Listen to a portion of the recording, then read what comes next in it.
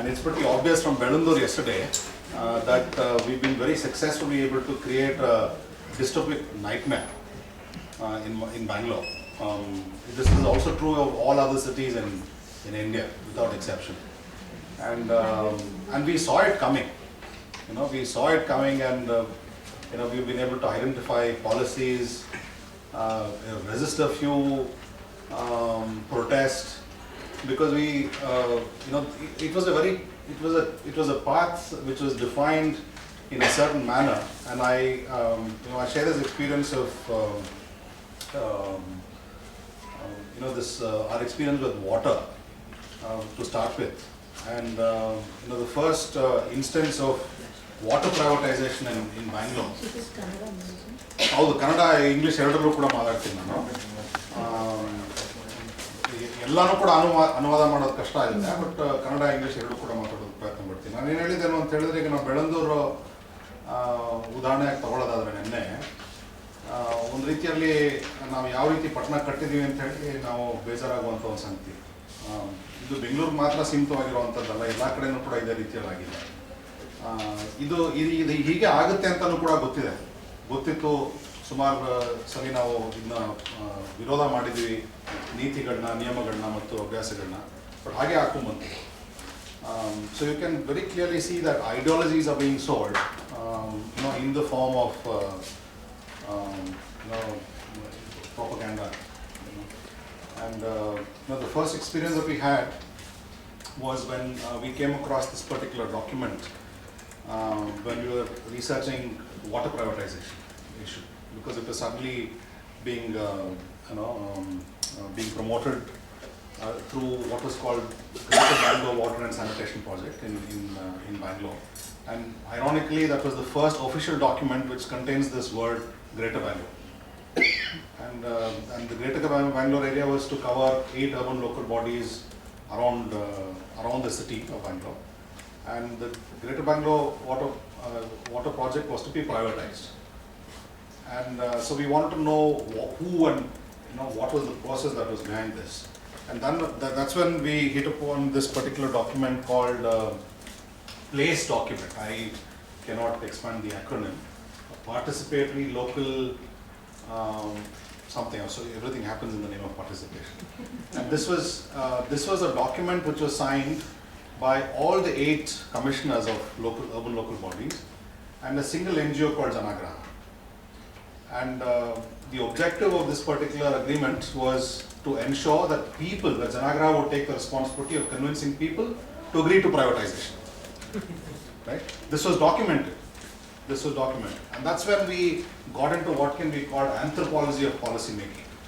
You have a lot of being policies thrown at you, and you have a policy being drafted and thrown at you every single day, or a scheme or a program that comes out of it. And this is the era of policies being promoted as the new law. So policies are the new law, or new laws for that matter. And so ಈ ನೀರಿನ ಖಾಸೀಕರಣದ ಸನ್ನಿವೇಶದಲ್ಲಿ ನಾವು ನೋಡಿದಾಗ ಈ ದಾಖಲೆ ಒಂದು ಸಿಕ್ಕಿದ್ದು, ಯಾರು ತೀರ್ಮಾನ ಮಾಡ್ತಾರೆ ಒಂದು ಆಡಳಿತ ಒಂದು ವ್ಯವಸ್ಥೆಯಲ್ಲಿ ಯಾರು ತೀರ್ಮಾನ ಮಾಡ್ತಾರೆ ಅಂತ ನೋಡೋದಾದ್ರೆ, ಸಾಮಾನ್ಯ ಜನರು ಎಲ್ಲರೂ ಕೂಡ ತೀರ್ಮಾನ ಮಾಡಬೇಕು. And the 74th Amendment is very clear. The preamble of it says it's to create dynamic, vibrant units of self-governance. And it is possible for us to create vibrant cities where people participate, in reality participate, and it's possible. And we need to look at mechanisms, research mechanisms from across the world, and keep evolving over time instead of centralizing. And so we got to know that there were very specific private interests who would want to control the city. And so it is not by coincidence that GBWAS, the initiation of the GBWAS and the centralization of BMP into BBMP started happening almost at the same time. And for 3 years there was no elected government. And and a follow-up of this GBWAS was to scale it up across the country in the form of what is called JNNURM. So if you're talking about democracy, and if you have a reforms process which is pushing a certain idea of development, we would want to know whose idea it is and whose idea prevails over what other ideas. So ಅದಾದ್ಮೇಲೆ ಸ್ವಲ್ಪ ಸಂಶೋಧನೆ ಮಾಡಿದ್ವಿ. Not a single time has the Legislative Assembly in Karnataka discussed the conditions of JNNURM in Vidhan Sabha, not a single time. Full minutes ನೋಡಿದೀವಿ ನಾವು, ಎಲ್ಲ deliberations ಕೂಡ ನೋಡಿದ್ದೀವಿ. So ಹಾಗಾದ್ರೆ ಏನು ಅಂತ ಹೇಳಿದ್ರೆ, and these conditions are to do with land, it's to do with governance, it's to do with the social justice, it's to do with how your finances are distributed, everything. So you could very clearly see that the reforms process, which started in we would say late 1980s. Some would want to even take it further back. Has successfully centralized decision-making process, but decentralized debt. So you don't have any decision-making process over your own resources. Someone else will decide for you, but you are indebted. And so you can see more and more cities and towns, because there's also an extension of JNNURM, and now smart city is a continuation of it. If you look at smart cities, one of the first conditions of the smart city project is that the city should have implemented JNNURM conditions. And ನಮಗಿರೋ concern ಅದನ್ನ ಹೇಳಿ ನಾನು ಮುಗಿಸ್ತೀನಿ. ಒಂದು ಪ್ರಜಾಪ್ರಭುತ್ವ, ಯಾರು ತೀರ್ಮಾನ ಮಾಡ್ತಾರೆ, ಯಾರು ಲಾಭ ಮಾಡ್ಕೊಳ್ತಾರೆ ಅಂತೇಳಿ ಒಂದು. ಸೊ ಏನು ಪ್ರಜಾಪ್ರಭುತ್ವಕ್ಕೆ ಏನಾಗ್ತಾ ಇದೆ ಅನ್ನೋವಂಥದ್ದು ಒಂದು. ಎರಡನೇದಕ್ಕೆ ಸಾಮಾಜಿಕ ನ್ಯಾಯ. And whether it is JNNURM or the urban reforms, other programs that are being promoted in the name of urban reforms, or even smart city for that matter, is a direct assault on the poor. Smart city project in Odisha and Bhubaneswar is 36,000 people will be affected by smart city project. They will be relocated.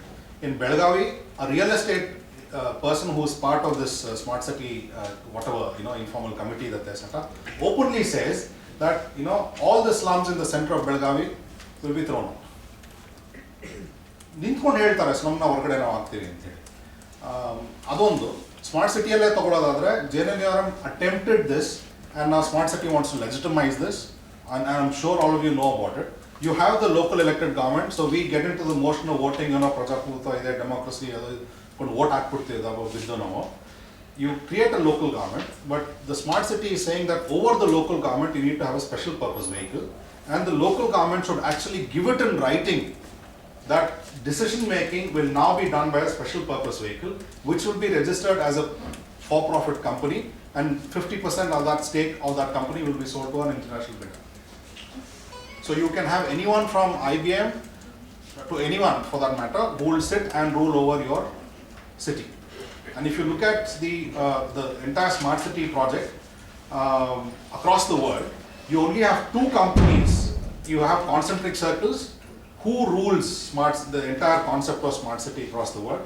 In the center, the core circle in the concentric circles would be only two companies, IBM and Cisco. The Microsofts and all are not even there. They're in other levels. So you can see that in the name of reforms, we are compromising our democracy, and that has a direct assault. It is already having an assault on the poor, and it has started assaulting the middle class.